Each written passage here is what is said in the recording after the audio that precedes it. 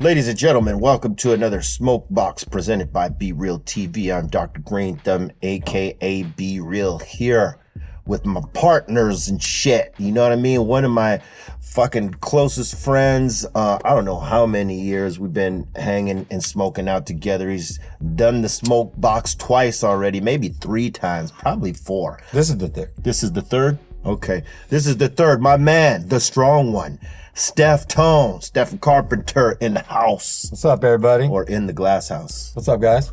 How's it going, bro? Ready to get some smoking and choking going. Now, listen. I speak clearly for the time being, but you know what's coming. You know what happens. And look, it's your birthday month. And we know that one of our friends hates for guys to have a birthday month.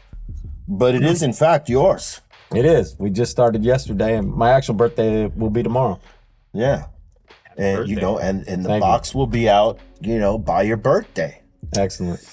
And I got to tell you, you know, we've been, like I said, we've been rocking for a number of years. And, you know, we started off doing music together, you know, like just sort of collaborating. Well, first appreciating each other's music, mutual fans, hanging out. Then we started collaborating on some music here and there. And then we started hosting podcasts together, one being Medication, which turned to Meditation. And man, you know, I had a great time doing that show with you and Damon and Javi and C- and the various guys that came along. Did you ever think, you know, like coming up doing, you know, music, that we would be in a situation like that, like be the ones hosting a platform? Because we're always getting invited to them as artists. Like, you know, you got a new album come out, you got a new project, you got this or that, you got a tour, and we always have to do those fucking rounds, you know what I mean? But in this scenario, we are the round you have to come to. Yeah, no, it never crossed my mind. And the crazy part is, you know, we're still doing what we just been doing the whole time anyway. Yeah. It just happens to be in front of a camera now or on the internet. But same things. Yeah, we've been smoking and chilling the whole time. Yeah, I think we've just changed our locations from time to time. Well, I mean, that's gonna happen. We started off like blowing this spot up. Then we moved over to this spot and blew it. Like, there's no spot we blew up like the Rainbow, though. Yeah, no, those were good times. That was the takeover of takeovers. We had good food every night, good weed, the best weed. Nobody had that. Yeah, nobody had the weed. Yeah, like our section smelled so great. If anyone was to pass by, they didn't want to stop. I mean, they didn't want to keep going. They wanted to stop and come hang out with us. It was good most of the time. You know, there was only, you know, few moments where it was funky, but yeah. Other than that, it was always good. Yeah, fuck yeah, man. It's great to be able to transition from those times where, like, you know, we're hanging then at the Rainbow, just having like these sort of conversations, you know what I mean, amongst our friends and amongst our peers and shit, and turning it into a conversation that everybody can get down with, like in the Dr. Green Thumb podcast show, whatever. Yeah, they get to see us just hanging out as friends and, like, you know, talking about tours or stories or shit like this. And, you know, it gives people some great insight, man.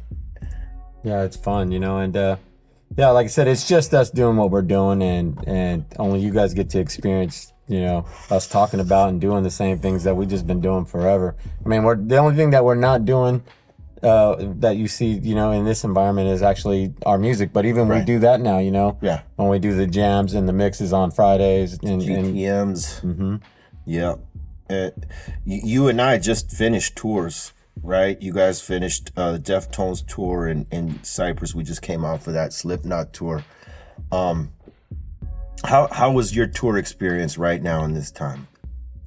It started off being weird because I hadn't done it in years. So it just, you know, that feeling of being on stage in front of a crowd, you know, that was strange at first. But, you know, after that first week, you know, you start getting your stage legs back. You start getting your confidence in what you're playing, you know, and the sound starts dialing in better.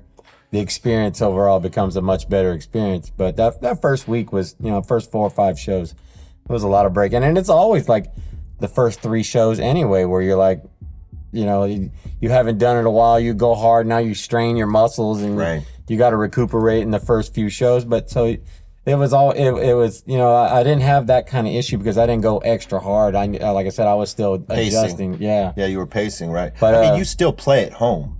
Oh yeah, but it's different. It's a different adrenaline on stage. Well, the biggest thing that was different for me, and on our first rehearsal that we had, last year, the first day we were jamming out, I was like, I made a comment like, this is really weird. I hadn't played guitar standing up like in 2-3 years, Crazy. And I was just like, my legs don't know what to do. Like my upper body's playing the instrument, but my legs are like, what are we doing? Tour legs, man. Yeah, I was like, this is crazy. A lot of people don't know, man.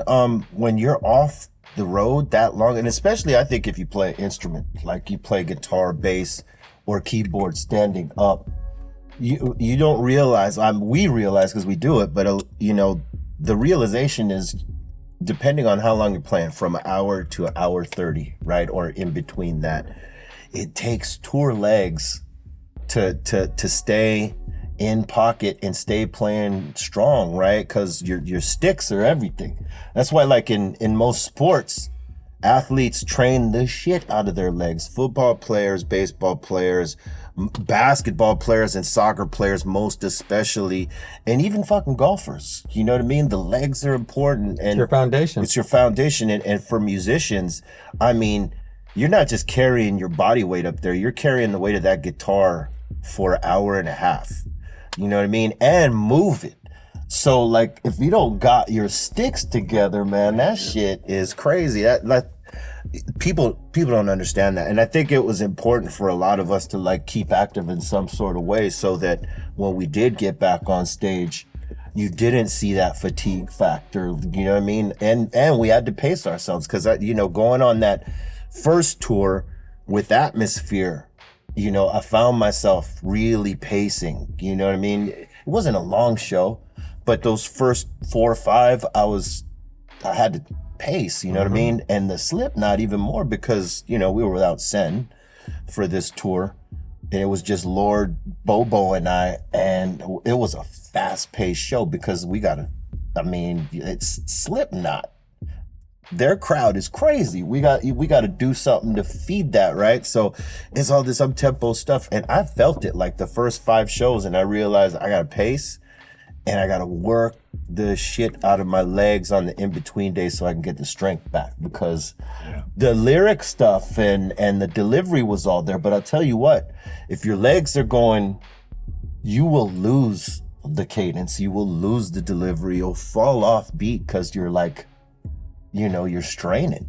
So I can't imagine what it's like, having to come off of, 2-3 years not playing a show and, doing studio work, playing while you're sitting, and now having to go and do you guys played an hour and a half, right? Yeah, we played around 90 minutes. And, I'll tell you what the craziest part is there's different shows and you have different vibes, there's the ones like with you guys being out with Slipknot, they're a high energy band, you got 9 dudes and all of them are doing something. There's no time where like they're just all stationary there doing what they're doing. They're all going. Yeah, it's all mind stimulation because they're all doing something, yeah. And then you have, you could be on tour with other acts where it's a groove thing and you start getting in a groove. That's different than the high energy shit, right. Yeah. You can, when you're in a situation where you could vibe out and get your groove on, you can pace way better. Way better. But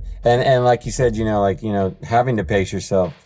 I'm sure you've done it on some shows where you just come out hard, go hard, and then you're in that last moments of the show and you're like, damn, I went too hard up front. Absolutely. Absolutely. So you have to pace yourself so you can still give that extra performance at the end, And it's fucked up when you do that and it's the other vibe, right? Like, let's just say you're coming out mad aggressive because you think it's like that kind of show and the people are gonna be fucking wild, right? And you're coming out like full blazing, right? And they're more in a groove. Mm-hmm. They're more in a groove vibe, and you're like fucking pressing them, and they're just grooving. And then that's when you deeply regret not pacing, right? So I sort of learned to vibe that shit out, because you're right, it is totally a different type of vibe from show to show, right? The band sets the vibe, but even as the band sets the vibe, it depends in the region, like, and the rules to like what their get down is in this particular venue, right? So like there's that, and then there's just completely different vibes. So like, you know, with the Atmosphere, they were more groovish. They weren't raucous. They weren't mosh pit, stage dive, all this. They were more groove, you know? They'll put their hands up and they might jump, but it wasn't like crazy. But it was a good vibe. So I learned right there, okay, I'm not gonna go press. I'm gonna, you know, just lay back, enjoy the vibe, and groove with them. And it made it easy to do that particular set, right? And with the Slipknot shit, it was completely different. It's all rah. And it's not even a competition thing. No. Again, back to the vibe, you know, that high energy vibe puts you into a high energy vibe, and you can't help but reciprocate to that, you know? Yeah. And, it's you know, again, if you're not prepared for doing that, that's, you know, you're like, oh God. Yeah, and you know that vibe only, you know how to play the show by the vibe only from experience. Like if you've done enough shows in mixed festival settings and shit, because like we've done mixed festival settings. You guys have played metal shit, and you've played hip hop and metal and different styles and shit. So you guys know when you get there how to vibe it out. And I think it's the same for us. We've played so many different types of festivals and shit like this that we're like, okay, we're not gonna go full blown right here and like be that aggressive. We're gonna lay back into it. We might even switch our first 4 songs up. That's cool. Based on that vibe, you know, like if we thought it was an aggressive crowd, we'll put like the 4 aggressive start offs. If we feel like it's a laid back vibe, we do like the groove shit. Do you guys do shit like that too? Like, because a lot of us, we have a set list on tour, right? Obviously, some of us stick to this fucking set list and will not vary from it. And some of us are open enough to change shit around if we feel like the vibe is this way for the night. You guys do that? We do both. You know, this last tour we did, we stuck to the same set for the most part. We still always swap some things out, maybe even just move them around. I personally enjoy swapping out songs. You know, could be a different set every day. All I have to do though, and ask for is, let's have enough planning to like, hey, here, let's learn these a dozen songs, right. You know, so we have, you know, the ability to swap out things like that. But preparedness. Yeah.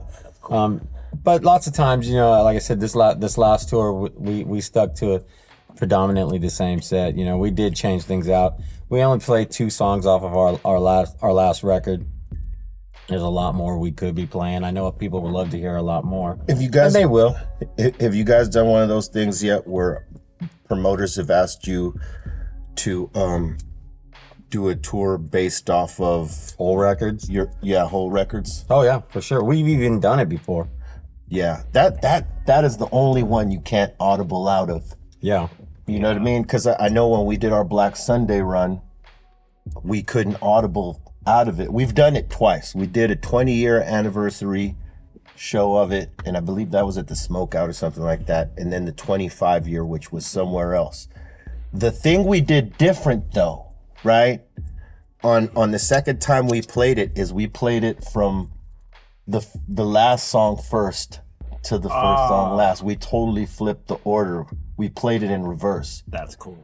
And because we felt in that particular setting that the beginning songs on Black Sunday were too mellow for that particular crowd. Now for the Smokeout, it's the Smokeout. So we could start off with I Want to Get High, and you know what I mean? Mm-hmm. But for that particular one, it was more like a mixed festival, and it seemed like we should be more aggressive, so we decided to flip it and play the last song first. And you know, I whatever playlist I have on, you know, whether it's on my phone or anything on the internet, I have songs coming in random. I have it on shuffle. Yeah. Like if I went to go play an actual album live, I would prefer now to put it on shuffle. Let's mix them up in a different order. Yeah.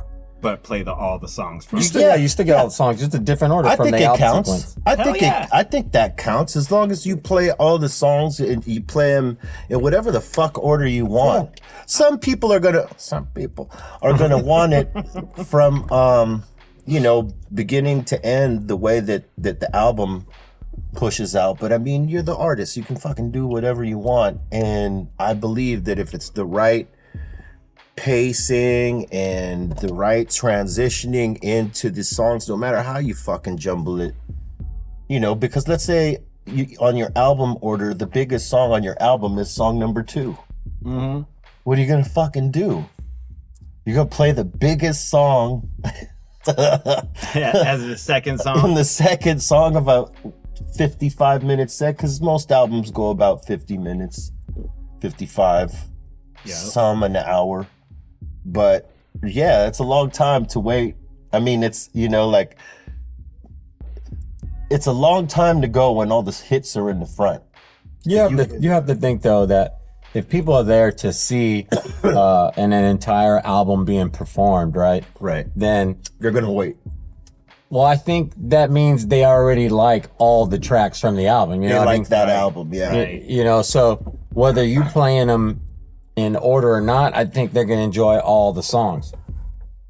I think you're gonna have a big portion of the audience that wishes it was in the album sequence, but then the others don't care. They're like I said, like me. They got the album on shuffle. Yeah. Right on. Yeah, true that. Mix it up. Why not? Fuck it, mix up the order.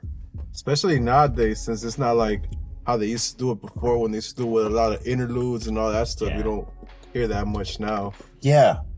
You make a great point on that. Like, I love interludes. Interludes. That's the vibe. You're setting a vibe. You're setting a vibe. Like, it's like having intro music. Yeah, it's like when you get rid of the interludes, it's like just, okay, here's the songs. Yeah.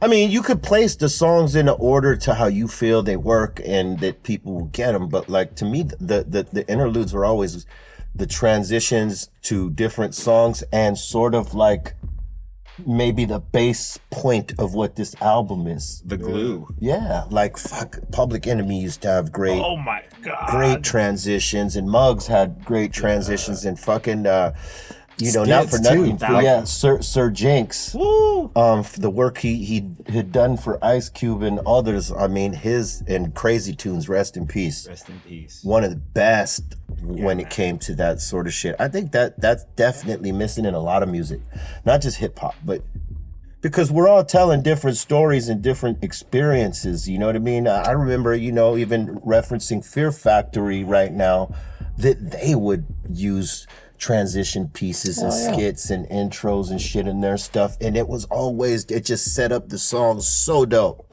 We there's one of our songs on our latest record, Pompeii, right? It has the one of my favorite songs. It has an ending and an outro, and then an outro to the outro. And then an outro to You know what I mean? Like, yeah. just because it was like 3 different events happening in a quick sequence. Yeah. That's cool. I love that shit. They just set a vibe. Yeah, and again, we've talked about this before multiple times, and that's really what we're all doing is vibing, and flipping it up. That's how you lift people out, They're not expecting that. Yeah, man. It's all about it's like it's how you want to present your art, Yes. right? Absolutely. Absolutely. And again, because it is art, the way you feel today about the art is not the way you feel tomorrow about the art. You haven't got there yet. Yeah. Right. It's going to be close, but it's not going to be the same. Yeah. I mean, it's subjective. But hey, I'll tell you what, I've been thinking a lot lately about this because, we had a goal unrealized and it was so dope. Like, we got to play like a dope set of what we had done together with Christian, Oldie Wobers, we call the Waffle, and Ray, Herrera, yourself and myself, we had a band called the Kush Project. And we had, like, you played me some shit, or you sent me something. I think it was last year because I asked you about it. Like who's got the songs or Yeah, all some those, shit. all our recordings are on YouTube. And I got to tell you, man, it didn't sound bad at all. If our record labels hadn't been such twats, and they could have allowed us like some sort of in between space to like work that record. Oh my God, it would have, you know, we would still be doing that type of music today. The four of us, I think. Was it the labels that made it not happen? Well, you know, you got to understand, you have the sound of the Deftones and the sound of Cypress in terms of the voice. Right? The sound and the voice. And Sony and Maverick at the time, I mean, they were just sort of butting heads on who was going to get it. Oh, man. Because, you know, suppose it blows up and it's signed to Sony. Now, you know, Steph, it may take away from, you know, his time with the Deftones. It may, or you know, it could have like crossed times like where they should be on tour because they got great offers, but he may be trying to push this project with us because it may be doing well or not.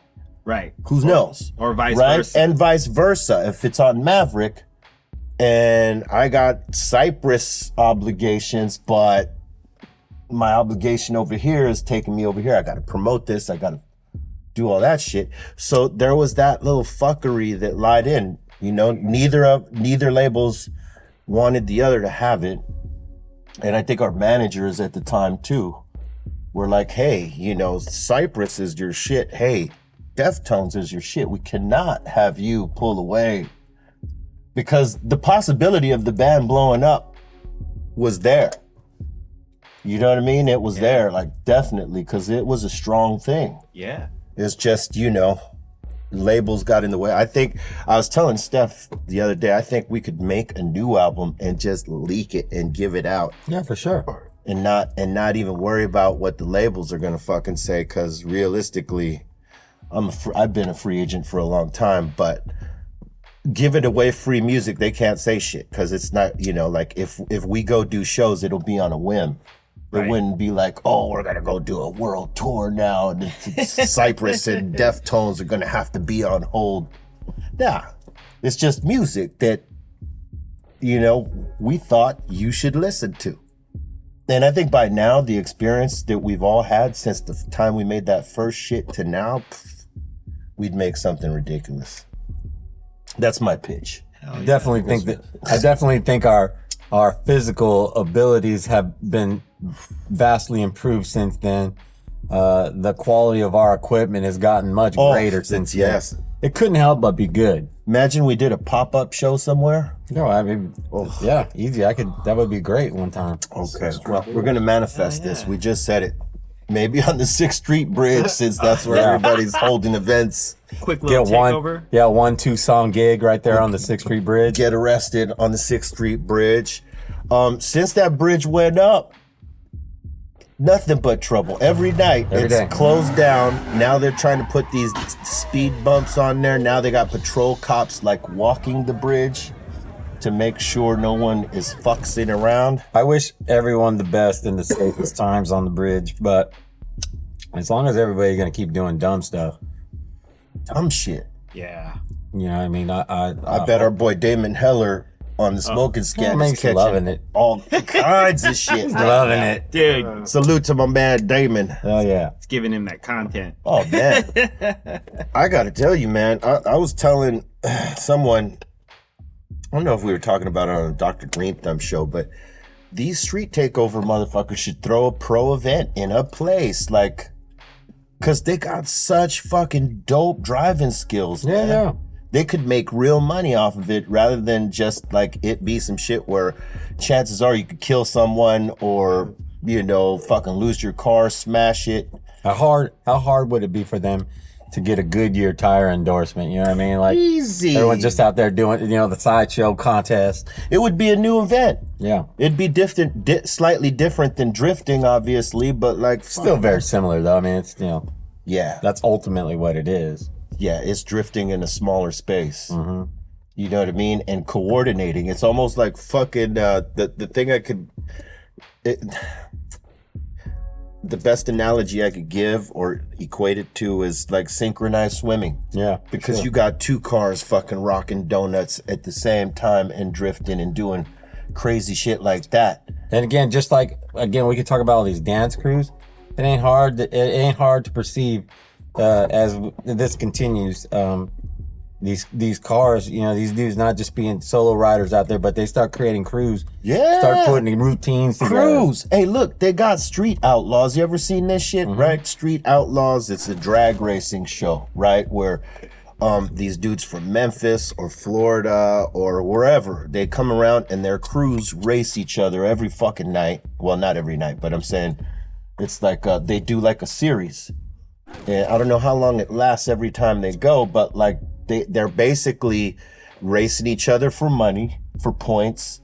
And it's not official racing. It's like street outlaw racing, but like, they took it to a pro level, put it on TV, and now motherfuckers are watching this shit. Like, I watch it. I can't believe they caught me, because I'm like, come on, I'm not going to watch that. And then I found myself fucking watching it.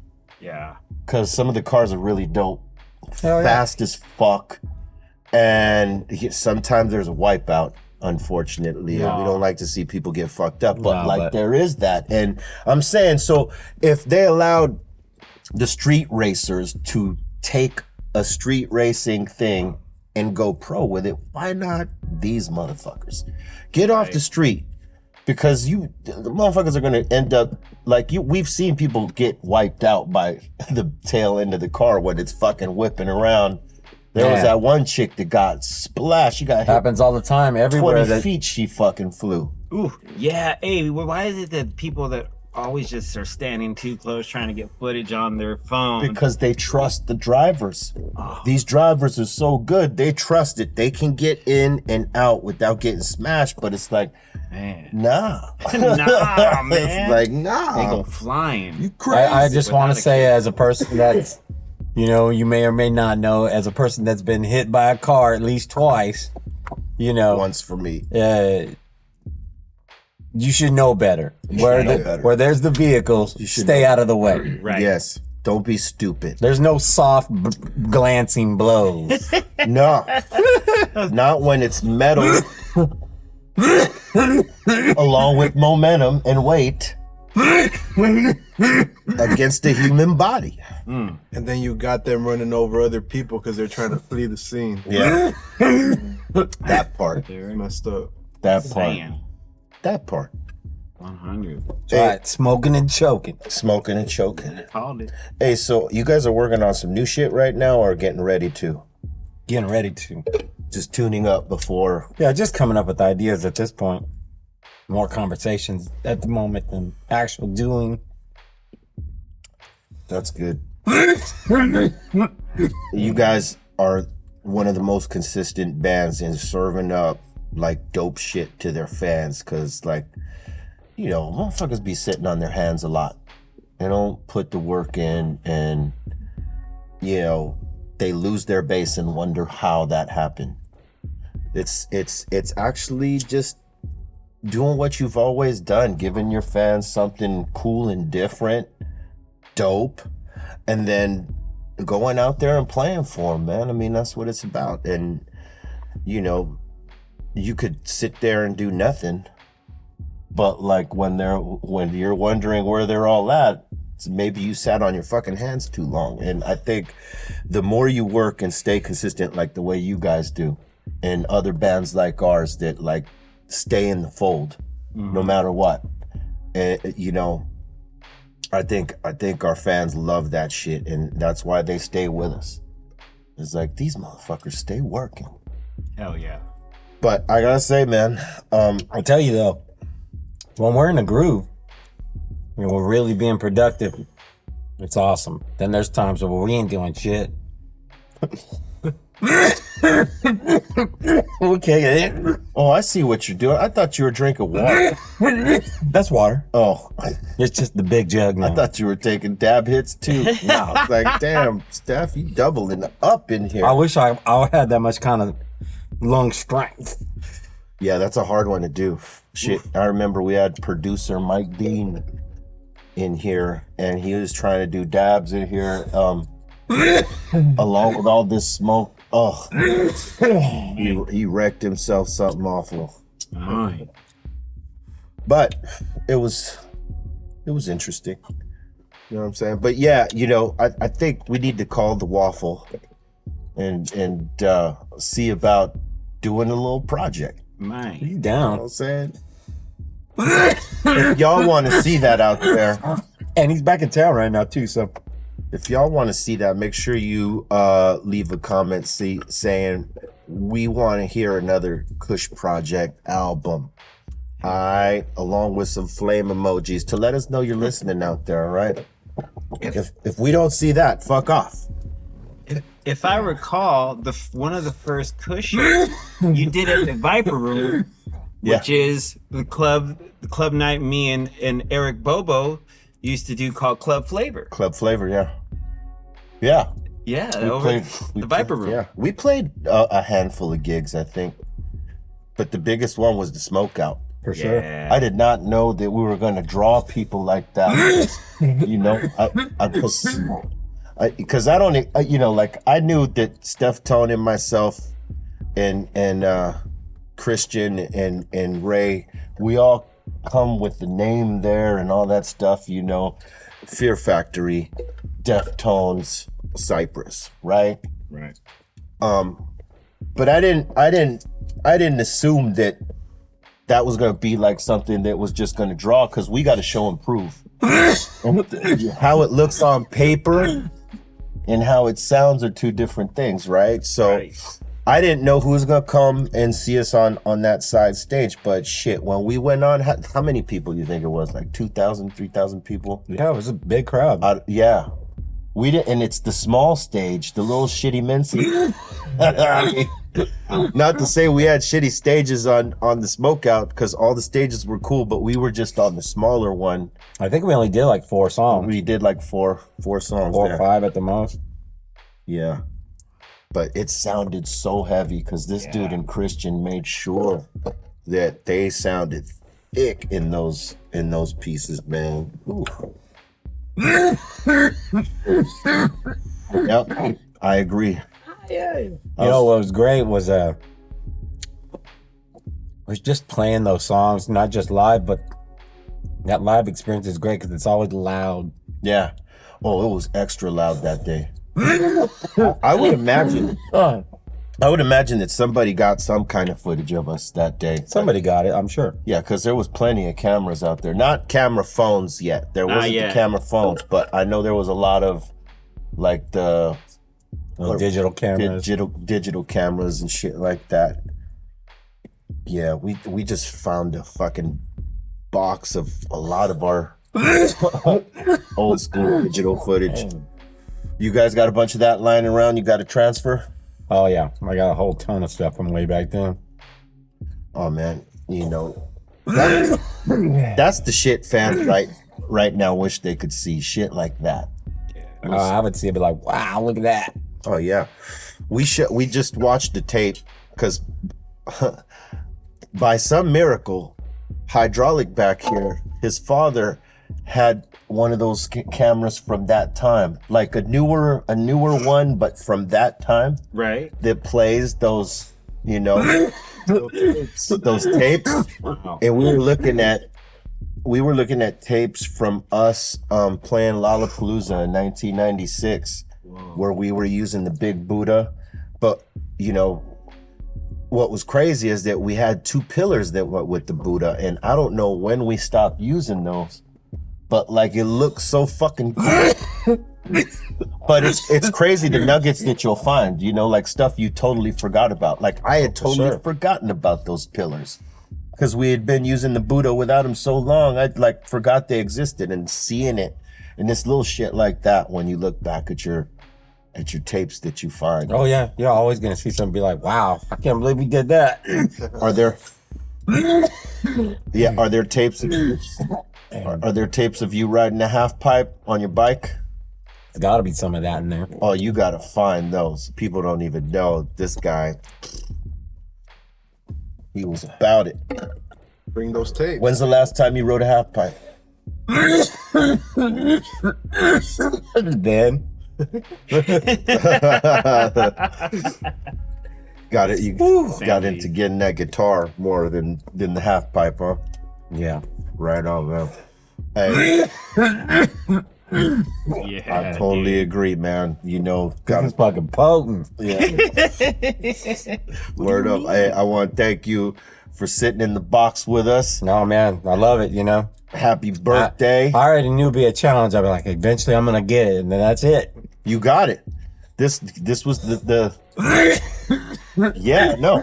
I'm trying to tell him this was the best one because woo. You hung in there. Word up, my man Deftone of the Deftones. Let them know where they can find you at, bro. You can find me on the Deftones channel on YouTube, on Instagram at Steph DOGG spelled out, and on Tuesdays and Fridays on a Dr. Green Thumb show. That's right.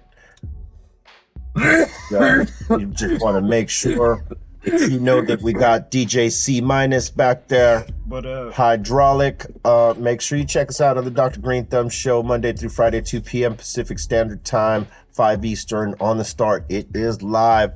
And make sure that you leave a comment. You smash the like and subscribe to BREALTV. That's right. And fuck with Deftone and the Deftones every time. This has been another Smokebox. Smoke the good food. And no boof. All right? Stay with that. Much love to all y'all. Positive vibes. Love y'all. Got the heart of a lion, soul of a titan, mind of a genius, with fly with the heighten.